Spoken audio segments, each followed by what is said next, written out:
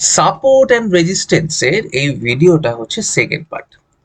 Second পার্টটা দেখার আগে আমি রিকোয়েস্ট করছি, প্লিজ আপনারা ফার্স্ট পার্টটা একবার দেখুন, কারণ ফার্স্ট পার্টটা যদি ভালো করে না বুঝেন তাহলে সেকেন্ড পার্টটা কিন্তু বুঝতে পারবেন না।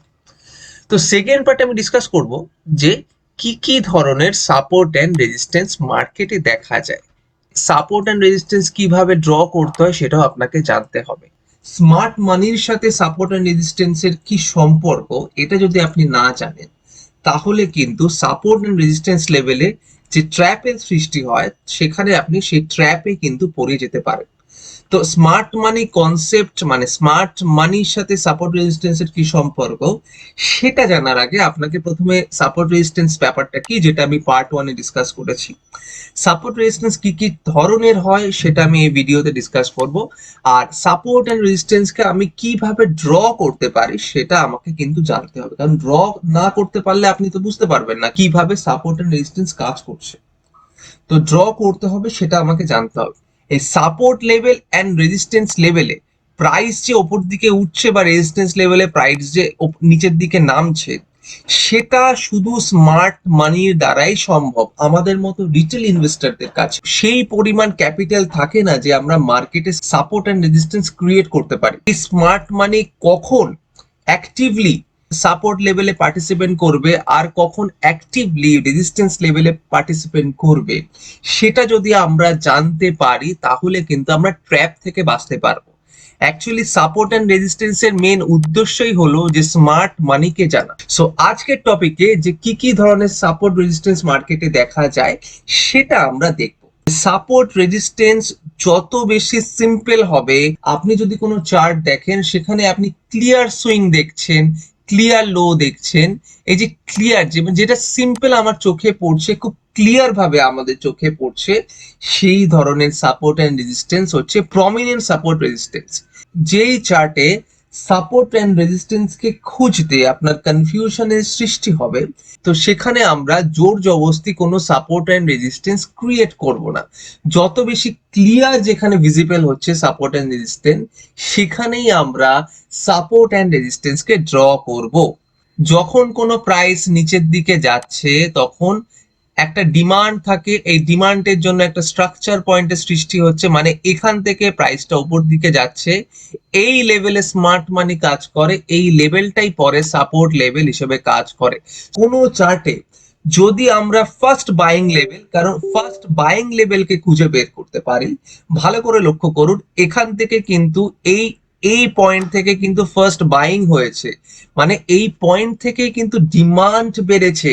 এই ডিমান্ডটা বেড়েছে বলেই কিন্তু এই পয়েন্টটা একটা ডিমান্ড জোনের সৃষ্টি করেছে, আর এই ডিমান্ড জোনটা পরে সাপোর্টের সৃষ্টি করেছে।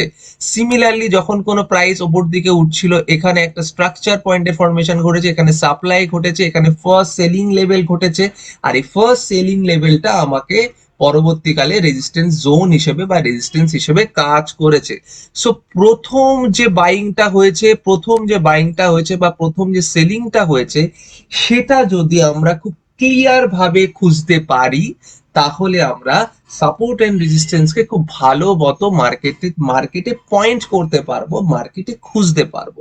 সো প্রথম যে পয়েন্টটা হচ্ছে সাপোর্ট রেজিস্ট্যান্স খোঁজা, যে স্ট্রাকচার পয়েন্টকে আমাকে খুঁজতে হবে। স্ট্রাকচার পয়েন্ট কেন সৃষ্টি হয়? ফার্স্ট বাইং লেভেল বা ফার্স্ট সেলিং লেভেলের জন্য স্ট্রাকচার পয়েন্টের সৃষ্টি হয়।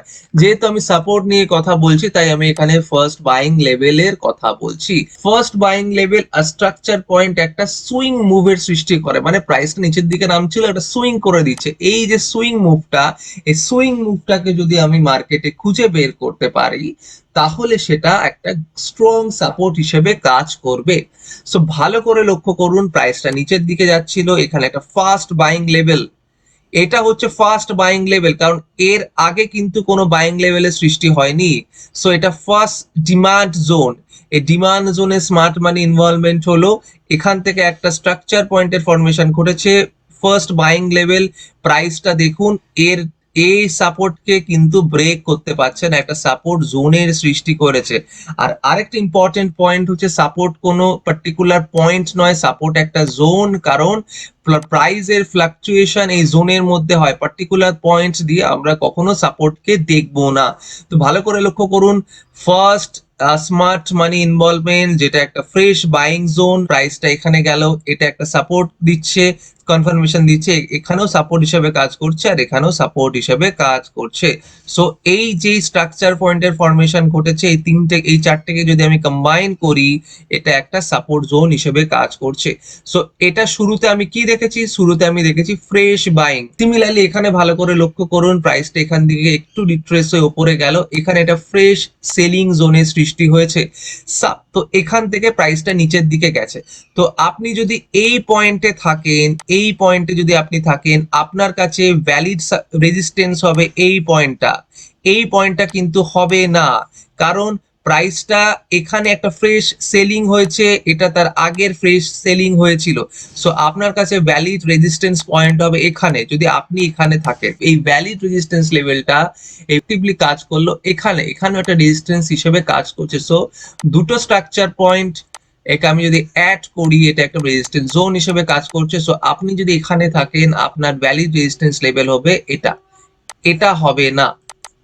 Price rejection in a specific range, যদি কোনো স্পেসিফিক রেঞ্জে প্রাইসটা আটকে থাকে, প্রাইস আর উপর দিকে না যেতে পারে, সেটাও কিন্তু একটা গুড রেজিস্ট্যান্স লেভেল আর গুড সাপোর্ট লেভেল হিসেবে কাজ করে। সো এটা দেখুন ফ্রেশ সেলিং লেভেল হবে, কারণ আমি এটা রেজিস্ট্যান্সকে বলছি। ভালো করে লক্ষ্য করুন, প্রাইসটা উপর দিকে গেল, একটা ফার্স্ট স্ট্রাকচার পয়েন্টের ফরমেশন হলো, ফ্রেশ সাপ্লাই এর সৃষ্টি হচ্ছে, এটা একটা ডিস্ট্রিবিউশন স্টেজ হিসেবে কাজ করছে, এখানে প্রাইসটা নিচের দিকে গিয়ে সুইং এর সৃষ্টি করলো, আর এখান থেকে দেখুন প্রাইসটা একটু উপর দিকে গিয়েও কিন্তু এই রেজিস্ট্যান্স লেভেলকে কিন্তু ব্রেক করতে পারেনি। সো একটা রেঞ্জের মধ্যে কিন্তু এটা একটা রেঞ্জের মধ্যে একটা রেজিস্ট্যান্স জোনের সৃষ্টি হয়েছে। সো দেখুন এখানে একটা যতই প্রাইসটা উপর দিকে যাক না কেন, রেজিস্ট্যান্সের নিচে গিয়ে কিন্তু ক্লোজ হয়েছে। সো এই পুরো জোনটা একটা স্ট্রং রিজেকশন অফ হায়ার প্রাইসের সৃষ্টি করছে। সেই পুরো জোনটা আমি একটা স্ট্রং রেজিস্ট্যান্স লেভেল হিসেবে ধরছি। এবার সাপোর্টের ক্ষেত্রে দেখা যাক, দেখুন এখানে ফার্স্ট স্ট্রাকচার পয়েন্টের ফরমেশন ঘটেছে, ফ্রেশ সেলিং ঘটেছে, তো ফ্রেশ বাইং ঘটেছে, এরপরে প্রাইসটা দেখুন এই একটা রেঞ্জের মধ্যে কাজ করছে, এখানেও দেখুন একটা স্ট্রাকচার পয়েন্ট কিন্তু এই সাপোর্ট লেভেলকে ব্রেক করতে পারেনি। সো এই পুরো রেঞ্জের মধ্যে কিন্তু প্রাইস একটা একটা নির্দিষ্ট ডাইরেকশনে কিন্তু যাচ্ছে, কিন্তু এই রেঞ্জকে ব্রেক করতে পারেনি। সো এটাকে আমি একটা স্ট্রং সাপোর্ট লেভেল হিসেবে কিন্তু ধরতে পারি। তো এবার আমি দেখবো যে নো কনফিউশন লেভেল। তো ভিডিওটা শুরু করার আগে আমি একটা কথাই বলেছিলাম, যে সাপোর্ট এন্ড রেজিস্ট্যান্স দেখতে আপনার কোনো কনফিউশনের সৃষ্টি হবে, সেই সাপোর্ট এন্ড রেজিস্ট্যান্স কে আমি ধরবো না। সাপোর্ট এন্ড রেজিস্ট্যান্স যত ক্লিয়ার হবে, যত বেশি ক্লিয়ার হবে, তত বেশি কিন্তু এফেক্টিভলি কাজ করবে। সো এই চার্টের একটা উদাহরণ দিচ্ছি, দেখুন এখানে ক্লিয়ার রেজিস্ট্যান্স এর ফরমেশন করছে, ক্লিয়ার রেজিস্ট্যান্স। সো এখানে এটাকে দেখতে আমার কোনো কনফিউশন হচ্ছে না, আমি একদম এক দেখাতে বলে দিতে পারি এটা একটা রেজিস্ট্যান্স লেভেল। ফার্স্ট স্ট্রাকচার পয়েন্টকে সাপোর্ট করলো এই পয়েন্টটা, সো এটা একটা গুড রেজিস্ট্যান্স লেভেল হিসেবে কাজ করছে। দেখুন এরপরে প্রাইস আর এটাকে ব্রেক করতে পারেনি। শার্প সুইং, প্রাইসটা উপর দিকে যাচ্ছিল, হঠাৎ করে এই পয়েন্ট থেকে দেখুন, এই পয়েন্ট থেকে ভালো করে লক্ষ্য করুন, একদম রেড ক্যান্ডেলের ফরমেশন করছে, একদম স্ট্রং একটা বাইং লেভেল, হঠাৎ করে শিফট ইন সাইকোলজি সেলিং লেভেলে স্টার্ট হয়ে গেছে, মানে একটা শার্প সুইং, মানে এখান থেকে সেলাররা প্রাইসটাকে উপরে উঠতে দিচ্ছে না, একটা স্ট্রং সাপ্লাই জোনের কিন্তু সৃষ্টি হচ্ছে। এরপরে দেখুন প্রাইসটা কিন্তু এর ওপরে আর ওঠেনি, প্রাইসটা এখানে গেলেই নিচের দিকে চলে যাচ্ছে। সো এটা একটা স্ট্রং শার্প সুইং এর কাজ করেছে, একটা green candle within a minute একদম বড় বড় রেড ক্যান্ডেলের ফরমেশন করেছে, মানে একটা শার্প সুইং এর ফরমেশন করেছে। আর এই সাপোর্ট এন্ড রেজিস্ট্যান্সটা খুব ইম্পর্টেন্ট একটা সাপোর্ট এন্ড রেজিস্ট্যান্স, এটা হচ্ছে চেঞ্জ অফ পোলারিটি, মানে যেটা আগে রেজিস্ট্যান্স হিসেবে কাজ করছিল সেটা পরে সাপোর্ট হিসেবে কাজ করে, বা যেটা আগে সাপোর্ট হিসেবে কাজ করছিল সেটা পরে রেজিস্ট্যান্স হিসেবে কাজ করে। এই ধরনের সাপোর্ট এন্ড রেজিস্ট্যান্স কিন্তু মার্কেটে খুব দেখা যায়, খুব ইম্পর্টেন্ট একটা সাপোর্ট এন্ড রেজিস্ট্যান্স লেভেল। ভালো করে লক্ষ্য করুন, এখানে যখন একটা রেজিস্ট্যান্স লেভেলের সৃষ্টি হচ্ছে, যখন এই রেজিস্ট্যান্স লেভেলটা ব্রেক হলো, এটা সাপোর্ট হিসেবে কাজ করছে, মানে এটা আগে রেজিস্ট্যান্স হিসেবে কাজ করছিল, এখন এটা সাপোর্ট হিসেবে কাজ করছে। এই সাপোর্ট জোনটা দেখুন, একটা সাপোর্ট জোনের সৃষ্টি হয়েছে। যখন এই সাপোর্ট জোনটা ভাঙলো, এটা আবার রেজিস্ট্যান্স হিসেবে কাজ করছে। সো শুরুতে ছিল রেজিস্ট্যান্স, তারপর হয়ে গেল সাপোর্ট, সাপোর্টটা আবার রেজিস্ট্যান্সে পরিণত হয়েছে। সো এই ধরনের সাপোর্ট অ্যান্ড রেজিস্ট্যান্স কিন্তু খুব ইম্পর্টেন্ট একটা সাপোর্ট অ্যান্ড রেজিস্ট্যান্স লেভেল আমরা বলতে পারি। সো আজকের ভিডিওতে এতটুকুই। আমি নেক্সট ভিডিওতে দেখবো যে মার্কেটে অনেক ধরনের সাপোর্ট অ্যান্ড রেজিস্ট্যান্স দেখা যায়, আমরা কিভাবে ঠিকভাবে সাপোর্ট অ্যান্ড রেজিস্ট্যান্স কে ড্র করতে পারি। তো যদি এই ভিডিওটা আপনাদের ভালো লেগে থাকে, যদি এই চ্যানেলের কন্টেন্ট আপনাদের ভালো লেগে থাকে, প্লিজ আমাদের চ্যানেলটাকে লাইক করুন, সাবস্ক্রাইব করুন, শেয়ার করুন, যাতে অনেক লোকের কাছে এই ভিডিওস গুলো পৌঁছায়। মার্কেটে যদি আপনি লং রান মানে লং টার্মে যদি আপনি প্রফিট করতে চান, কনসিস্টেন্সি যদি বজায় রাখতে চান, তাহলে আপনাকে কিন্তু প্রপার নলেজ মার্কেটকে গভীরভাবে বুঝতে হবে।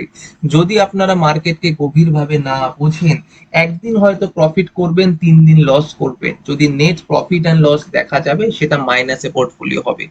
সো আপনাদের প্রপার নলেজ নিয়েই কিন্তু মার্কেটে নামতে হবে। বিশ্বাস করুন, যদি প্রপার নলেজের সাথে মার্কেটে নামতে পারেন, তাহলে এটা একটা স্ট্রং প্যাসিভ ইনকাম হিসেবে কাজ করবে স্টক মার্কেট। দেখা হচ্ছে পরের ভিডিওতে। ভালো থাকবেন সবাই। ধন্যবাদ।